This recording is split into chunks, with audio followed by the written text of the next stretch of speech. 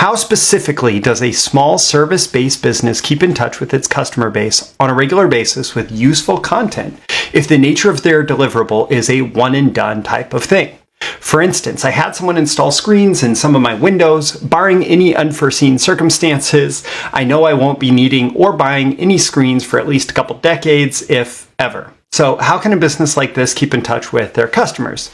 Maybe the real question is, should a business like this make a concerted effort to keep in touch with its one-and-done customers? Here's the thing, I like this guy and he did a great job, but despite my satisfaction, I don't want to receive any emails even remotely related to screens. I don't see how he could send me anything relevant without straying too far from his core product service. In a business like his, referrals are extremely important. So I guess more attention should be focused on stimulating referrals as opposed to ongoing relationship nurturing outreach. In any case, I'd really value your take. What kind of ongoing relationship management makes sense for these types of businesses? I'm all ears. Thanks for the opportunity to pick your brain. Cheers, Evan. Okay, so here is the thing. Evan is thinking very product-centric in asking this question and in raising the challenge, the objection to doing this kind of relationship marketing. He's thinking very product-centric and not very customer-centric. And so what you need to think about is, there's some basic questions that you can ask. So who are your customers? Well, in probably, maybe 80 to 90% of the case, it's homeowners. The other 10% of the case, it's landlords, but essentially they're homeowners too. Basically, the people that you're serving there they are people who are caring for their home, right? So somebody doesn't buy window screens if they don't care about caring for their home. And what do those people need? What do those people need besides your core product or service? So I actually took a couple notes here just really quickly, like what are the relevant things that I care about as a homeowner? There's things like windows, doors, exterior, roof, solar, interior decorating, painting, lawn care, shoveling, things that I didn't even think about as I was taking that notes list, all the appliances, all the remodeling, all the any kind of regular maintenance that your home is going to need is going to be relevant to somebody who is a homeowner. And then you ask, who else in my local area is actually giving these things to them, right? So you sell window screens. Okay, that's super limited, right? But there are people, the obvious, number one, there are people who do new windows. So you replace somebody's screens, but you realize that one window is cracked. Well, do they want a new window? Do they need somebody who can give them a quote for new windows? Okay, so there's somebody else there. You are showing up with to do the window screens, and you notice their paint is a little bit old, or their roof looks a little bit like it needs some care and maintenance, or anything, right?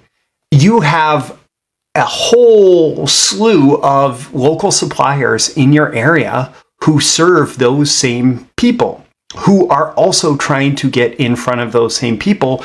Just like if someone shows up and does a quote for windows and the person says, I wasn't really looking to invest that much in new windows right now, but my screens are all messed up. Do you know anybody that does window screens? Well, you want that person to refer you, or whatever the context is. There are people who share the same customers who don't necessarily communicate with each other right now. And so the question is, how can I build relationships with those other people who serve the customer's needs and create a partnership in which we can work together to better serve the customer's needs and not just focus on our immediate sales. Because if all of us are working together to serve every customer and to help every homeowner have a better home, a more comfortable home, a home that maintains its value, that grows in value, if all of us are working together to help that homeowner with their goal of having a comfortable, beautiful, well-maintained home, then we all win, right? And so the content model that I would look at, I look at something like this and I say, okay, maybe the person who does window screens is not the person to do this, right? but maybe you, Evan, are, or whoever else might be the one who is listening and saying, okay, this is interesting. Like I happen to know people, I happen to know two separate people in two separate cities in the countertop business. And both of those people, it would be relevant for them to be involved with something like this. And they wouldn't necessarily have to be the one that did it, but there's all sorts of different opportunities there, right? Like I think a countertop, like randomly, I'm thinking about homeowners, so these countertop people come to mind, right?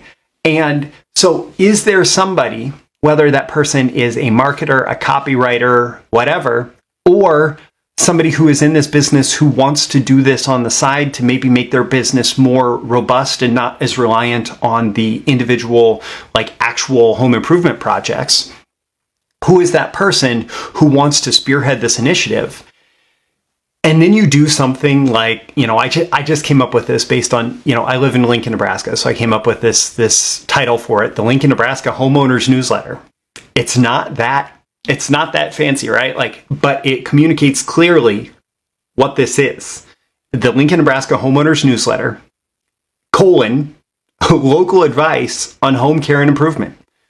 Local advice on home care and improvement. So you're getting the advice of the local experts, the people who you could pick up the phone and call if you needed something, right? You're getting that local advice on everything that you need to take care of your home. And so there's all sorts of seasonal things. Recently, we just had our first deep freeze. And so it's very helpful, and I know this from personal experience and mistakes, to make sure that you remove your hoses before you first freeze, because if you don't, the valve to turn on the water for the hose that goes inside the house will fill up with ice, the metal will crack, and you'll have water gushing into your basement that you don't want, and you're going to have to redo your entire basement floor. Yeah, that happened. So you have to make sure that you remove your hoses. And so one particular piece of content that could go out in Nebraska, I actually set a calendar reminder for myself because I don't want to do that again. The one particular piece of content that could go out is things to do before the first freeze in your home, like how to winterize your home. And October 1st, or October, whatever it is, like, hey, it's going to start freezing soon. Here's what you need to do before that happens.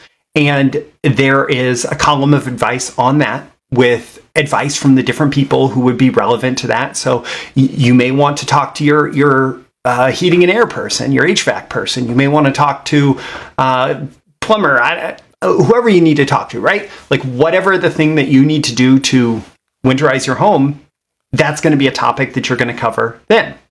And it could even include like helpful little checklists, etc.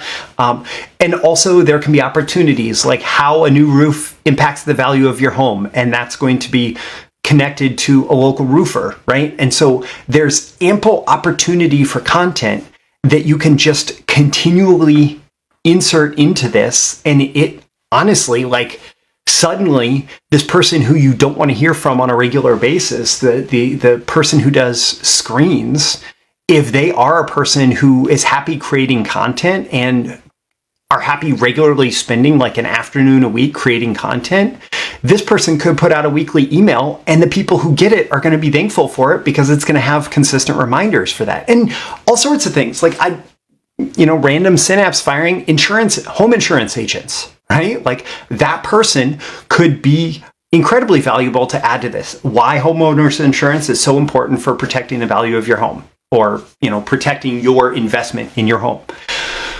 So whose advice can you feature? Whose offers can you feature? And then importantly, if you're the person creating this content and it may not be the screen guy may just feed his customers into this business, right? Along with all these other people, the lawn care, the shoveling, the painting, the interior decorating, anybody who's a partner in this is going to feed their customer contact information into this. Like, hey, by the way, for example, you could have a welcome offer, right? And this welcome offer could be current best deals on like every service provider in this list. So exterior maintenance, interior maintenance, appliances, like all these things, right?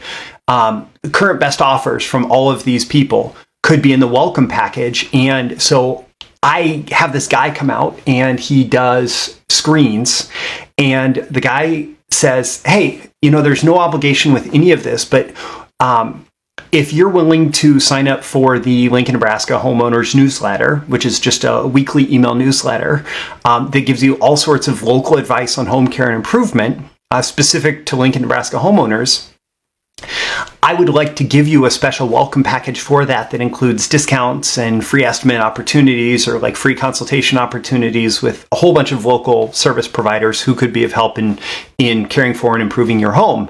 Would you like all those deals?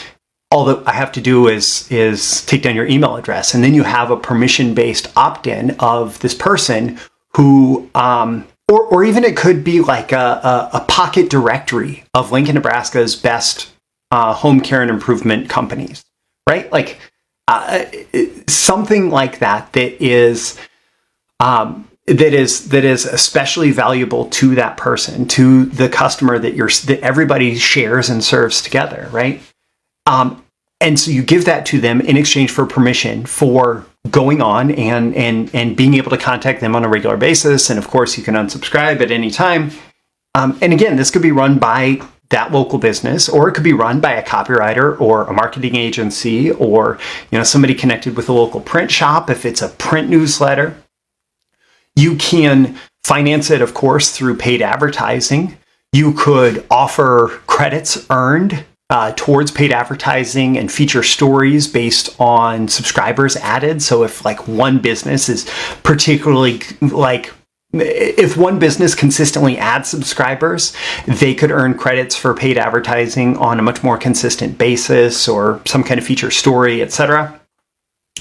You could also do it where if you're the person who is the publisher, you actually have a JV relationship for referrals. So if they let's say use a particular exclusive coupon or offer with this business when they sign up, then you get some kind of revenue in exchange for giving them the customer.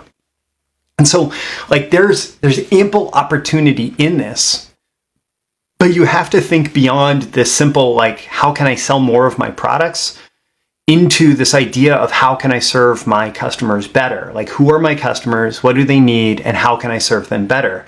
And then you have this constant relationship building tool that also aligns you with a bunch of trusted service providers in your area.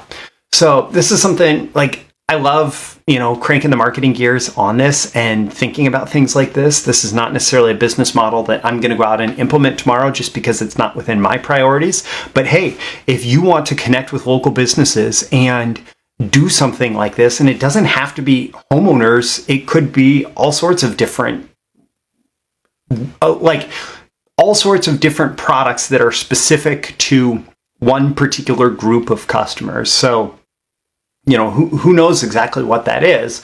Homeowners is really obvious because it's something that there's, everybody needs a home to live in, right? But there's all sorts of opportunity there.